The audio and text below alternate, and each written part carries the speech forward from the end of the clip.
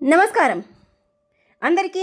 శ్రీ మహాలక్ష్మీదేవి కృపాకటాక్షాలు కలగాలని కోరుకుంటూ మన వీడియోలో లక్ష్మీదేవి అనుగ్రహం ఎల్లప్పుడూ మన ఇంట్లో ఉండేలా పూజను అత్యంత సులభంగా భక్తి శ్రద్ధలతో ఎలా చేసుకోవాలో చూద్దాం. వీడియో ఎక్కడా స్కిప్ చేయకుండా చివరి వరకు చూడండి. ద్వారలక్ష్మి అంటే మనకు ఇంటికి 2 ద్వారాలు ఉంటాయి. ఇంటి నిండా గుమ్మాలు ఉన్నప్పటికీ ఒకటి పడక గది, ఒకటి వంటగది, ఒకటి హాలు, ఇలాగా ఎన్ని తలుపులు ఉన్నప్పటికీ కూడా, ఎన్ని ద్వారాలు ఉన్నా కూడా అతి ముఖ్యంగా ఉండేటువంటి ద్వారం, చూసుకోవలసినటువంటి ద్వారం 2. అవి ఒకటి సింహద్వారం, 2 పెరటి ద్వారం. దీనినే వ్యాఘ్రద్వారం అని కూడా పిలుస్తారు. ముందుదేమో సింహాల, వెనుకాలది పులి. అందుకని ముందు ద్వారాన్ని సింహద్వారం అని, వెనుక ద్వారాన్ని పెరటి ద్వారం అని పిలుస్తారు.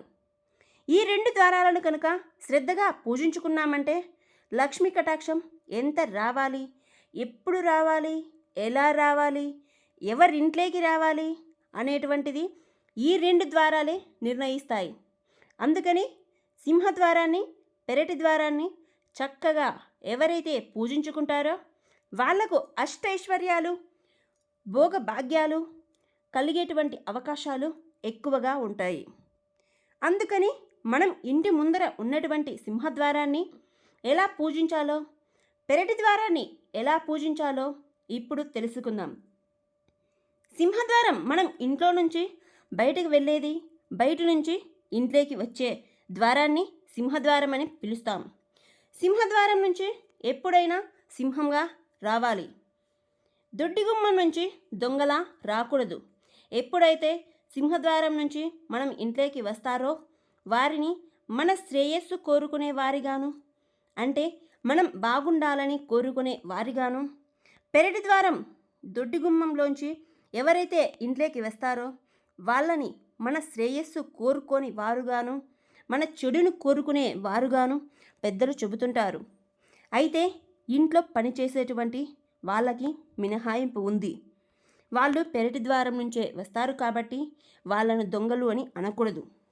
కాబట్టి ఎవరైతే సింహద్వారాన్ని భక్తి శ్రద్ధలతో పూజిస్తారో వారికి అష్టైశ్వర్య సిద్ధి కలుగుతుంది. సింహద్వారం ఎప్పుడూ పచ్చగా పసుపుతో కలకలలాడాలి. పసుపు రాయడానికి సంకేతం, పసుపు పెయింట్ పూయడానికి సంకేతం ఆ ఇల్లు పచ్చగా ఉంది అని అర్థం. సింహద్వారం పచ్చగా లేదంటే ఆ ఇంట్లో ఎప్పుడు చికాకులు, గొడవలు ఉన్నాయి అని అర్థం. కాబట్టి సింహద్వారాన్ని మనము అడుగుపెట్టి లోపలికి వెళ్ళే గడపకు పసుపుతో అలంకరించేటువంటి సాంప్రదాయం ఉంది. పసుపు తీసుకొని పసుపులో కావాల్సినన్ని నీళ్లు పోసుకొని, లేదా ఎక్కువ పసుపు తీసుకొని తక్కువ నీళ్లు పోయడం కానీ, తక్కువ పసుపు తీసుకొని ఎక్కువ నీళ్లు పోయడం కానీ చేయకూడదు. కాబట్టి ఎంత పసుపు కావాలో అంత పసుపు వేసుకొని దానికి సరిపడా నీళ్లు కలుపుకొని ఆ పసుపుని కుడి చేతితోని సింహం దారానికి రాయాలి. ఎడమ చేతితో రాయకూడదు. కుడి చేయి బాగలేని వాళ్ళు, ఉపయోగించడానికి ఇబ్బందిగా ఉన్నవాళ్ళు, అలాంటి వాళ్ళు రాస్తే పర్లేదు. కానీ కుడి చేయి పనిచేస్తూ పసుపు రాయడానికి మాత్రం ఎడమ చేయి వాడుతున్నారు అంటే అది పనికిరాదు అని పెద్దలు చెబుతారు. కాబట్టి సింహద్వారానికి పసుపు రాసి చక్కగా కుంకుమ బొట్లు అలంకరించాలి. దాదాపుగా ప్రతి గురువారం సాయంత్రం పూట ఈ యొక్క పూజ చేసుకోవాలి. మనం వారం రోజులు ఎలా ఉన్నా, ఏం పూజ చేసినా ప్రతి గురువారం నాడు చీకటి పడే సమయంలో గుమ్మానికి పసుపు రాసి చక్కగా కుంకుమ బొట్టు పెట్టేసి గుమ్మానికి బయట వైపు 2 ముగ్గులు వేసి వాటి మీద ఆకు కానీ ప్రమిదలు పెట్టి దీపం వెలిగించాలి. మట్టి ప్రమిదలు వాడి దీపం చేసుకోవాలి. అలా చేయడం వల్ల మనశ్శాంతి కలుగుతుంది. లేదా వెండి ప్రమిదలు వెలిగించడం వల్ల అవి ఉన్నాయా లేక ఎవరైనా తీసుకెళ్లారా అని చూసుకోవడంతో మనకు మనశ్శాంతి ఉండదు. పూజ మీద భక్తి చూపించలేరు. చాలామంది గడపకు పెయింట్ వేసి దాని మీద 2 రెడ్ కలర్తో బొట్లు పెడుతుంటారు. అలా గడపకు పెయింట్ వేసిన దాని మీద రెడ్ కలర్తో బొట్లు పెట్టినా కూడా గడపకు పసుపు పూసి పూజించాలి.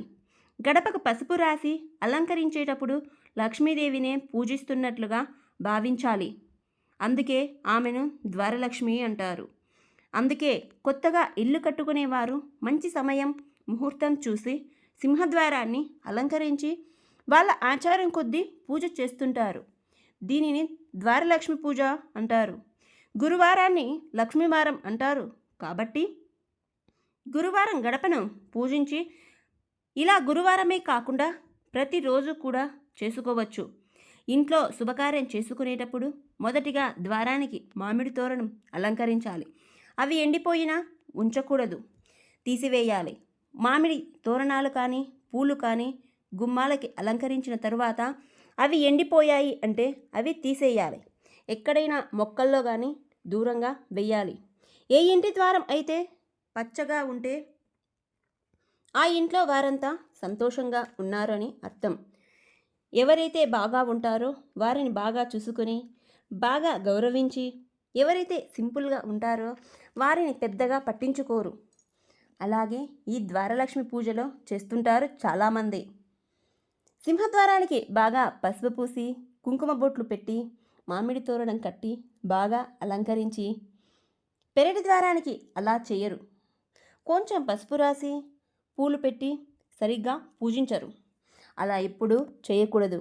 సింహద్వారాన్ని ఎలాగైతే అలంకరిస్తారో పెరటి ద్వారాన్ని కూడా అలాగే అలంకరించాలి. పెరటి ద్వారాన్ని సరిగ్గా పూజించుకుంటే లక్ష్మీదేవి ఆగ్రహానికి తిప్పిస్తాయి. సింహద్వారానికి ఎంత పూజ చేస్తారో అంత పూజ పెరటి ద్వారానికి చేయాలి. పెరటి గుమ్మం పేద ముత్తైదువ అంటారు. అంత గౌరవం ఇవ్వకపోయినా ఆవిడ ముత్తైదువ. నేను ముత్తైదువనే కదా, ఆ గుమ్మానికి పసుపు బాగా పూసి పెరటి గుమ్మానికి పూజ సరిగా చేయకపోతే ఆవిడ బాధపడుతుందంటారు. ఎప్పుడైనా అలా లక్ష్మీదేవి సింహద్వారం నుంచి బయట నుంచి వెళ్తూ ఉంటే ఆ సమయంలో సింహద్వారం పచ్చగా బాగా పూసి అలంకరించి చక్కగా దీపారాధన జరిగి ఉంటే ఎక్కడైతే దీపం వెలుగుతుందో అక్కడ నేనుండాలి కదా అని ఆవిడ ఇంట్లోకి అడుగు పెడుతుందంట. ఎప్పుడైనా సింహద్వారంలోంచి లక్ష్మీదేవి ఇంట్లోకి వస్తే లక్ష్మీదేవి తోబుట్టు అయిన దరిద్రదేవత పెరటి గుమ్మంలోంచి దొంగలాగా వస్తుందంట. లక్ష్మీదేవి సింహద్వారం నుంచి లోపలికి వచ్చేటప్పుడు ద్వారలక్ష్మి రమ్మని పిలుస్తుందట. ఇక దరిద్రదేవత పెరటి గుమ్మం నుంచి లోపలికి వస్తుంటే పెరటి ద్వారంలో లక్ష్మి అనుకుంటుందట, ఆ ఇంట్లో వారు సింహద్వారానికి చేసిన పూజ నాకు చెయ్యకపోయినా ఏదో కొద్దిగా పసుపు రాసి నన్ను పూజించారు కాబట్టి నువ్వు దరిద్రదేవతవి, ఇంట్లోకి అడుగు పెట్టడానికి వీల్లేదు అని ఈవిడ అడ్డుపడుతుందంట. అందుకని పెరటి గుమ్మానికి బాగా అలంకరించుకోవాలి, బాగా పూజ చేసుకోవాలి. దానివల్ల దరిద్రదేవత అడుగు పెట్టకుండా పెరటి ద్వార లక్ష్మి కాపలా కాస్తుందట. పెరటి గుమ్మం నుంచే దరిద్రదేవత లోపలికి వస్తుంది, సింహద్వారం నుంచి రాదు.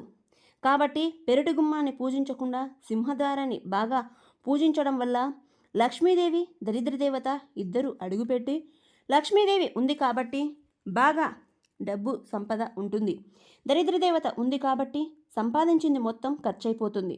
కాబట్టి సింహద్వారం లేనివారు ఇంటి సింహద్వారం పక్కనే కొంచెం దూరంగా తులసికోట ఉంచుకోవాలి. అప్పుడు ఇంటి ముందు ఉంది కాబట్టి సింహద్వారం, తులసికోట ఉంది కాబట్టి పెరటి ద్వారం అవుతుంది. మనం నిద్ర లేచినప్పటి నుంచి రాత్రి నిద్రపోయే వరకు మనం చేసే చిన్న చిన్న పనులే మన ఇంట్లో లక్ష్మీదేవి అనుగ్రహాన్ని ఇస్తాయి. ఈ పూజా విధానం మీకు నచ్చినట్లయితే తప్పకుండా వీడియో లైక్ చేయండి. మీ కుటుంబ సభ్యులకు మిత్రులకు షేర్ చేయండి.